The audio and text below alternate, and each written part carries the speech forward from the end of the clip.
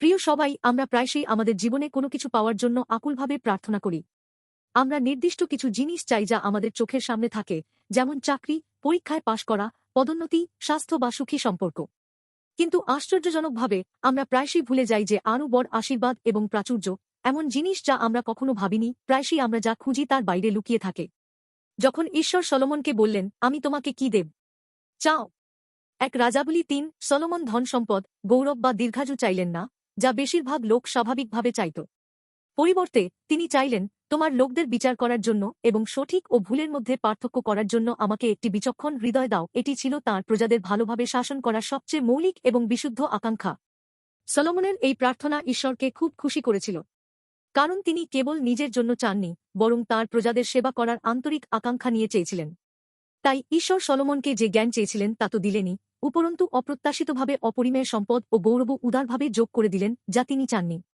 এটি ঈশ্বরের আমাদের ধারণ ক্ষমতা বাড়ানোর পদ্ধতি। যদিও আমরা ক্রমাগত কেবল আমাদের যা প্রয়োজন তা চাই, ঈশ্বর আসলে আমরা কি হতে চলেছি তাতে অনেক বেশি আগ্রহী। যখন আমরা শ্রবণকারী হৃদয়তে চাই, তখন ঈশ্বর সেই হৃদয়ের ধারণ ক্ষমতা বাড়ান এবং সেই বর্ধিত ধারণ ক্ষমতায় তিনি এমন আশীর্বাদ পূরণ করেন যা আমরা কখনো কল্পনাও করতে পারিনি। প্রকৃত প্রাচুর্য আমরা কতটা করি তার মধ্যে নেই। প্রকৃত প্রাচুর্য তখনই অর্জিত হয় যখন আমরা ঈশ্বরের ইচ্ছাকে সবচেয়ে গুরুত্বপূর্ণ মূল্য দিয়ে জীবনযাপন করি। যখন আমরা কেবল আমাদের নিজেদের সুবিধার জন্য নয়, বরং অন্যদের এবং সম্প্রদায়ের জন্য আন্তরিকভাবে ভালো কাজ করার চেষ্টা করি, তখন আমাদের জীবনের ধারণ ক্ষমতা অসাধারণভাবে বৃদ্ধি পায় এবং ঈশ্বরের কাছ থেকে অপ্রত্যাশিত আশীর্বাদ দিয়ে উপচে পড়ে।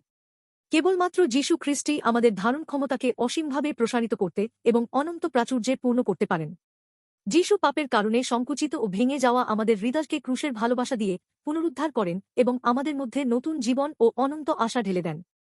যিশুতে আমরা অবশেষে সত্যিই একটি প্রসারিত পাত্র হয়ে উঠি, ঈশ্বরের দেওয়া প্রকৃত শান্তি এবং আনন্দ উপভোগ করি।